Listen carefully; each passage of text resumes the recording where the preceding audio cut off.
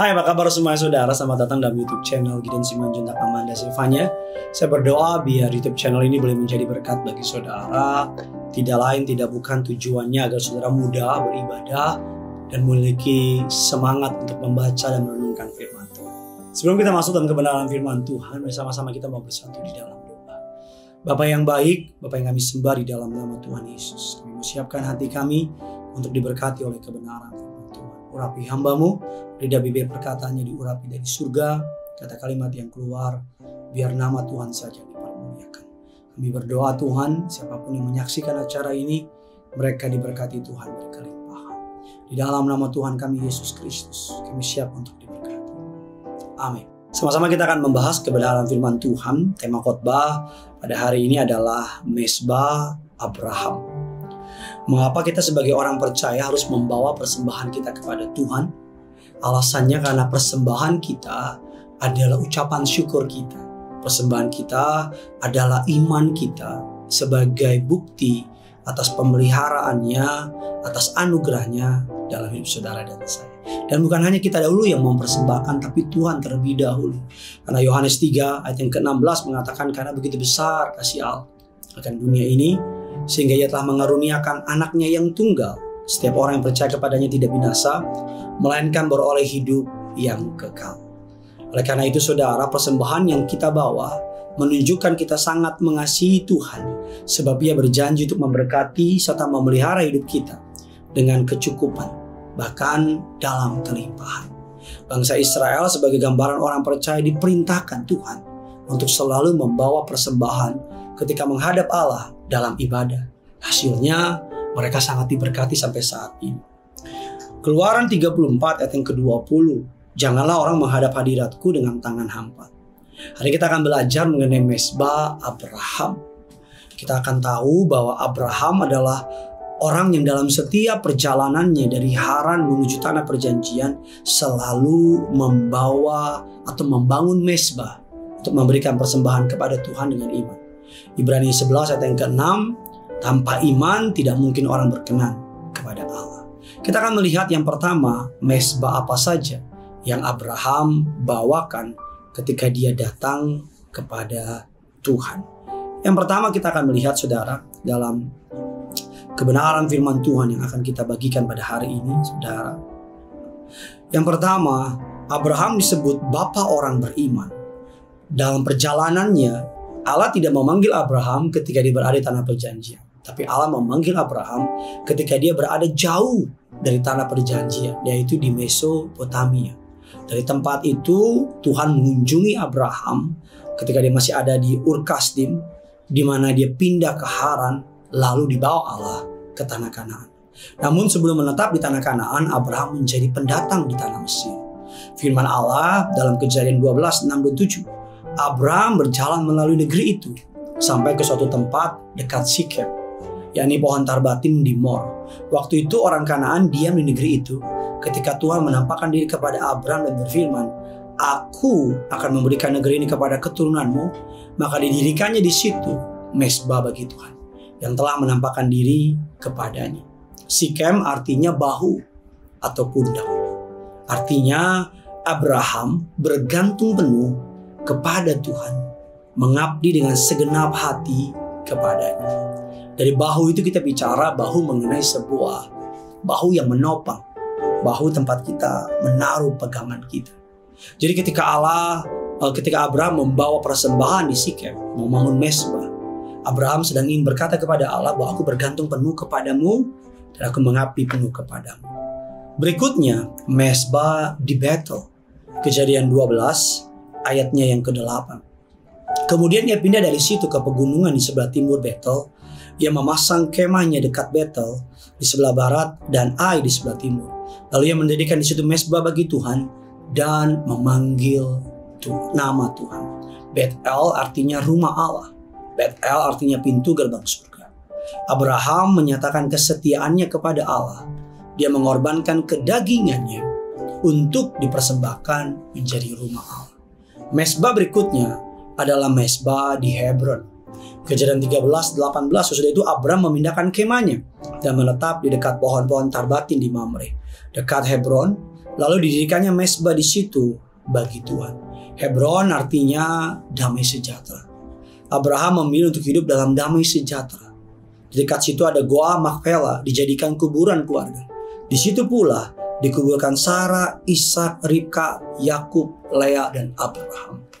Dan yang terakhir yang paling kita tahu adalah mezbah di Gunung Moria. Firman-Nya, ambillah anakmu yang tunggal itu yang kau kasih, yaitu Ishak. Pergilah ke tanah Moria dan persembahkanlah di sana sebagai korban bakaran kepada salah satu gunung yang akan kutakan kepadamu. Sampailah mereka di tempat yang dikatakan Allah kepadanya. Lalu Abraham mendirikan mezbah di situ. Disusunnya kayu, diikatnya Ishak anaknya dan diletakkannya di mezbah itu di atas kayu. Moria, di situ muncul kalimat Yehovah Jireh, Allah menyediakan.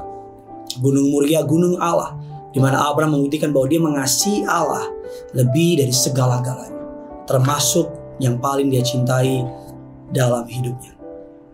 Ibrani 11:17 mengatakan, karena iman maka Abraham, tatkala ia dicobai mempersembahkan Ishak, ia yang telah menerima janji itu rela mempersembahkan anaknya yang tunggal. Dan kita lihat dari kesetiaan Abraham, Kejadian 24 ayat yang ke-11. Adapun Abraham telah tua, lanjut umurnya, serta diberkati Tuhan dalam segala hal.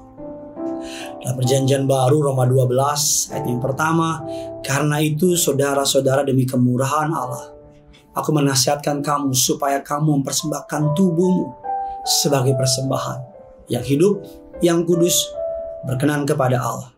Itu adalah ibadahmu yang sejati. Persembahan bicara mezbah. Di perjanjian lama Abraham mempersembahkan binatang.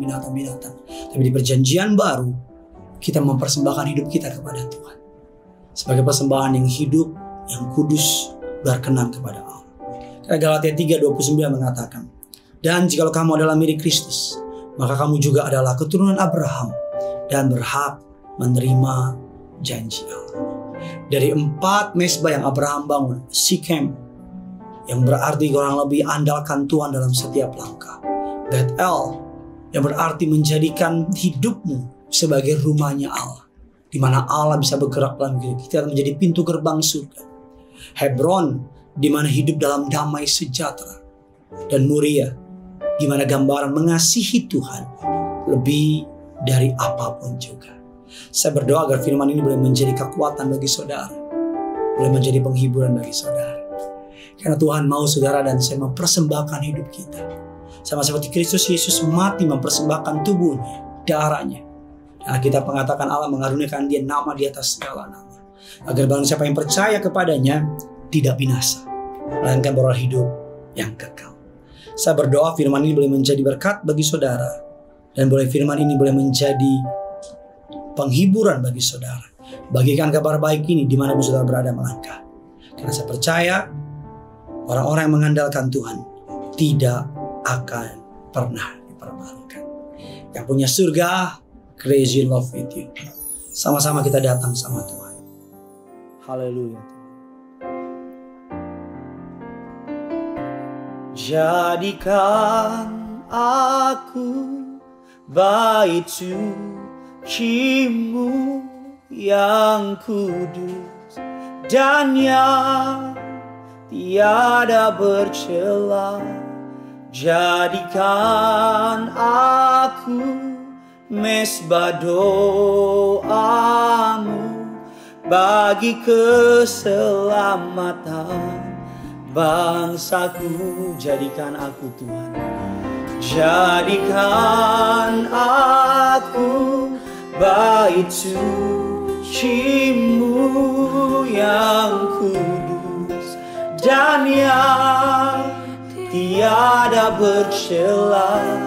Jadikan aku mezbah doamu bagi keselamatan bangsaku.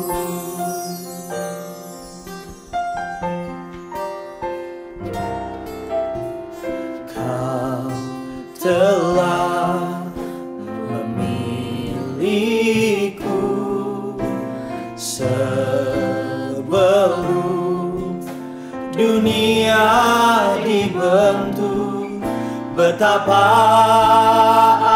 aku bersyukur padamu, ya Tuhan Allahku.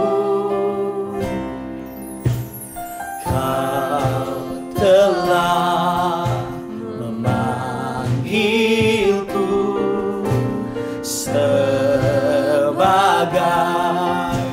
alat kerajaanmu, betapa aku bersyukur padamu atas perbuatanmu.